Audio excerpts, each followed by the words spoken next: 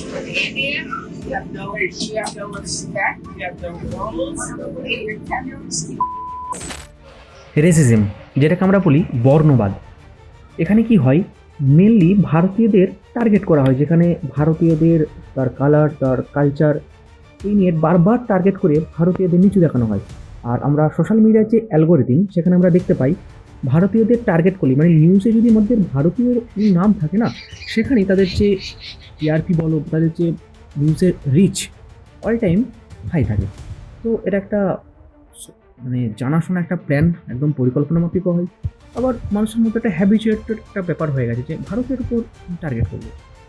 এই রেসিজমের মাঝেই আমরা দেখলাম যে ট্রাম্প, ইউএসের যে প্রেসিডেন্ট, তিনি তার যে নিজস্ব social media platform truth social রয়েছে, সেখানে ভারত সম্পর্কে, শুধুমাত্র ভারত নয়, চায়না সম্পর্কেও ইমিগ্রেন্টস নিয়ে একটু খুব বাজে একটা মন্তব্য করেছেন, যে তিনি আমাদের ভারত এবং চায়না দুজনকেই হেল হোল কান্ট্রি বলেছেন, মানে নরকের থেকেও বাত্তার এরকম একটা দেশ। কেন বলেছেন না, অকারণেই বলেছেন যদিও, কিন্তু তার কারণ একটা তিনি যেটা বলতে চেয়েছেন যে ওখানে যে ভিসার যে একটা সিস্টেম রয়েছে, যে সেখানে কি হয়, যে ধরুন আমি ইউএসতে গেছি, আমার সেখানে বাচ্চা হয়েছে, তো সেই বাচ্চা ভিসার ওখানেই হয়ে যাবে। তো সেই জন্য ইমিগ্রেন্টদের টার্গেট করে মেনলি ভারতীয় আর চায়নাদের, মেনলি ভারতীয় বলতে পারি, তো সেই জন্য হেলোল কান্ট্রি বলেছেন, যেটা খুবই একটা ডিসরেসপেক্টফুল ওয়েতে কাজ করার কথা বলা, যেটা একদমই উচিত নয়। যে কোনো একটা প্রেসিডেন্টের মুখ থেকে এরকম ভাষা সত্যিই একটা আনএক্সপেক্টেড। তো তার আনসারে চায়না অবশ্যই একটা স্ট্রং রিপ্লাই দিয়েছে, কিন্তু ভারতের যে তার প্রত্যুত্তর তুলনামূলক অনেকটাই উইক ছিল।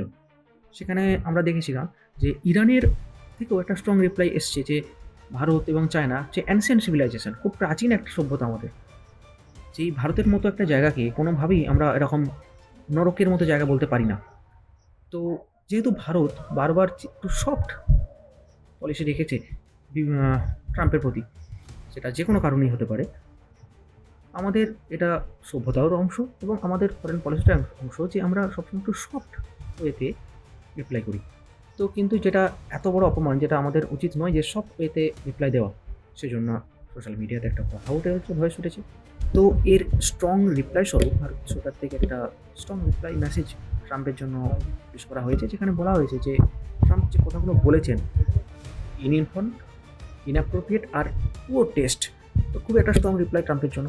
যদি দেখি যে ইউএসের যে পূর্ব যারা প্রেসিডেন্ট ছিলেন, যেমন Barack Obama, George Bush, even Joe Biden, তারা কিন্তু প্রত্যেকেই ভারতের জন্য, মানে ভারতের সাথে তাদের যে সম্পর্ক টোটাল রেসপেক্টফুল ওয়েতেই কিন্তু রেখেছিলেন। ট্রাম্পের সাথেও যদি দেখি, ট্রাম্প যখন তার প্রথম টার্মে ছিলেন, তখন কিন্তু ইন্ডিয়ার সাথে তার একটা আলাদা স্ট্যাচার ছিল। তিনি কিন্তু প্রপার রেসপেক্টফুল ওয়েতেই, প্রপার রেসপেক্টফুল ওয়েতেই কিন্তু ভারতের সাথে সম্পর্ক রেখেছিলেন। কিন্তু এখন দেখা যাচ্ছে যে তার সেকেন্ড টার্মে তিনি কিন্তু সেই রেসপেক্টফুল ওয়েতে একটা প্রেসিডেন্টের যে টার্মস হওয়া উচিত, সেটা কিন্তু তার মধ্যে নেই।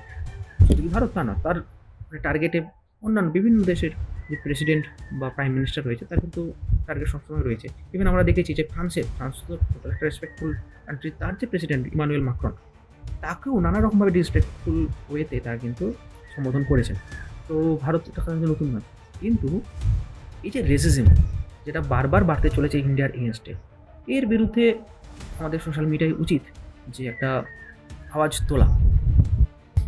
এর একটা বড় আমরা দেখতে পাই সোশ্যাল মিডিয়াতে, আগে অনলাইনে রেসিজম হতো, এখন যেটা অফলাইনেও দাঁড়িয়ে গেছে, অর্থাৎ যারা আমেরিকা বা যারা কাজ করেন ভারতীয়, তাদেরকে অফলাইন অর্থাৎ সামনাসামনিও নানা রকম রেসিজমের সম্মুখীন হতে হয়। অথচ আমরা দেখতে পাই যে আমেরিকার যে বড় বড় যে টপ যে কোম্পানিগুলো, সেখানে কিন্তু বড় বড় পোস্টে ভারতীয়তা রয়েছে।